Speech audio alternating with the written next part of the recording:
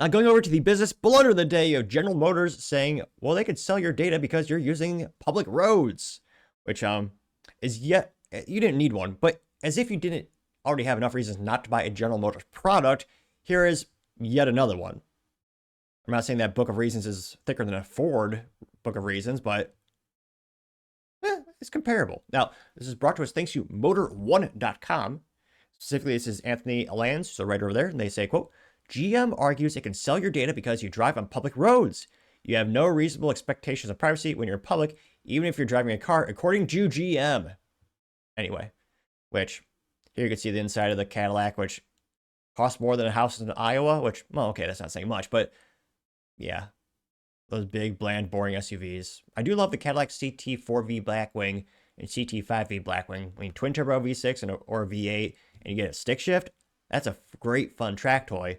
But now you have to spend a couple $100 removing a ginormous computer from it as well, which, for track purposes, reduces the weight and actually would be better for performance-wise. But nevertheless, now diving into the article, they say, quote, the battle over who owns and controls your driving data is being fought in court. General Motors is facing a multi-district lawsuit that claims the Detroit-based automaker allegedly violated its customers' privacy by collecting and selling their driver information without proper consent. However, GM is arguing that it does not violate their privacy because it's, quote, driving a vehicle which necessarily involves conduct that takes place in public roads cannot form a basis of privacy for a privacy-based claim, unquote. Which, not to be a smartass, but it will. Guess what you have to use to get to the public road? Technically speaking, your private domicile, which is a word only people only know because of Breaking Bad, which I only know because of YouTube Shorts. But nevertheless, your car is also in your garage, and it's going to be shooting off all that data. It's going to be on your property. So yeah, you are using public roads, but they're also tracking you, 24/7 with the current crap that they make. So if they want to get into technicalities, we can get into technicalities. And again, I'm not a lawyer, though I do own a suit. Now, they say, quote, according to GM's filing to dismiss the case, states do not permit invasion of privacy claims that are based on public conduct, unquote, even though specific state laws vary regarding invasion of privacy claims. In Georgia, where the case is filed, observing someone, quote, in a public place is not an intrusion of one's privacy.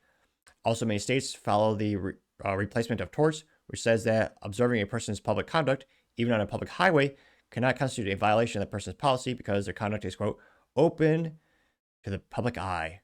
For example, if you feel someone you publicly breaking into a car, it can be used against you in court. GM notes that, quote, driving data includes vehicle location, driving routes, braking events, and speed, all of which occur on public thoroughroads, unquote. Want to know why your insurance went up? GM has been selling this to them as well. Fun fact of the day. Now they say, quote, citing a 2015 case where the court determined that someone surveilled by a drone did not have privacy violated because the surveillance occurred on public space. Now, the GM says, quote, while the plaintiff claims that they're filing that they had a, quote, reasonable expectation of privacy, roadways are public and the pavers are observed by all. Is it observed by all for a couple feet while they're driving past? Or is it observed by all when you're tracking them hundreds of miles, thousands of miles? Now, they continue to say, quote, this is just one argument that defendants, Lenexis and Versk, which purchased driving data from GM and are also defendants.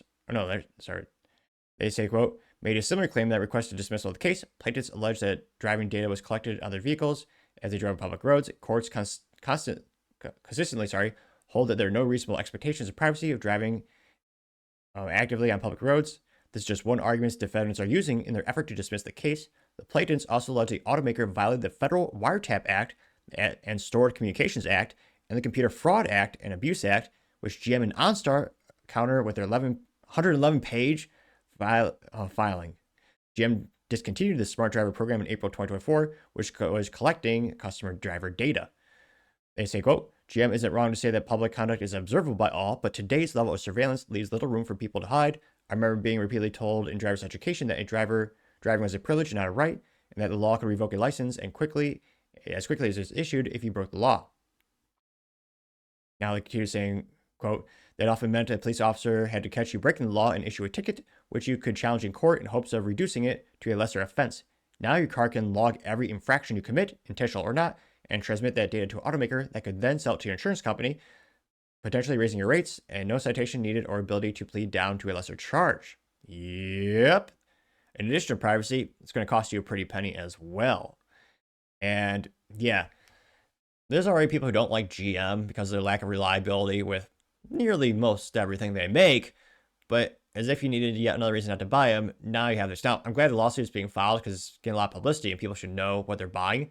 I don't think the average user who's buying a new General Motors vehicle, all 18 of them, realize how much they're being tracked, even more so, more invasive than anywhere else, which is saying something. So it'll be interesting to see at the end of the day how this plays out. But again, it's already in the public opinion, and people are viscerally roasting them in the comments, making fun of them. I mean, the first comment in this article says, yet another, credited to Jerry, says, quote, yet another reason I won't buy any GM vehicles. Jackie says, another reason not to buy the crappy cars. 5 says, quote, this issue plus GM's abandonment of CarPlay and Android Auto make it absolutely impossible to consider buying from them. And again, this is a small sample size of just, comments on this article, but yeah, I gotta say, GM, yet another reason not to like your products and invading your privacy. Gotta say, you are certainly the business blunder of the day. Thank you everyone for taking the time to tune in today. Again, try to get to 5,000 subscribers by the end of the month, so if you can click that button, I greatly appreciate it. Also, give me a thumbs up, thumbs down, or comment. It's a great way to give me some additional feedback, letting me know how I can make the show better and better. Lastly, don't forget to take time to tell your family, tell your friends, tell your co-workers, heck, tell your enemies, anyone and everyone. Just stay safe and fight the good fight.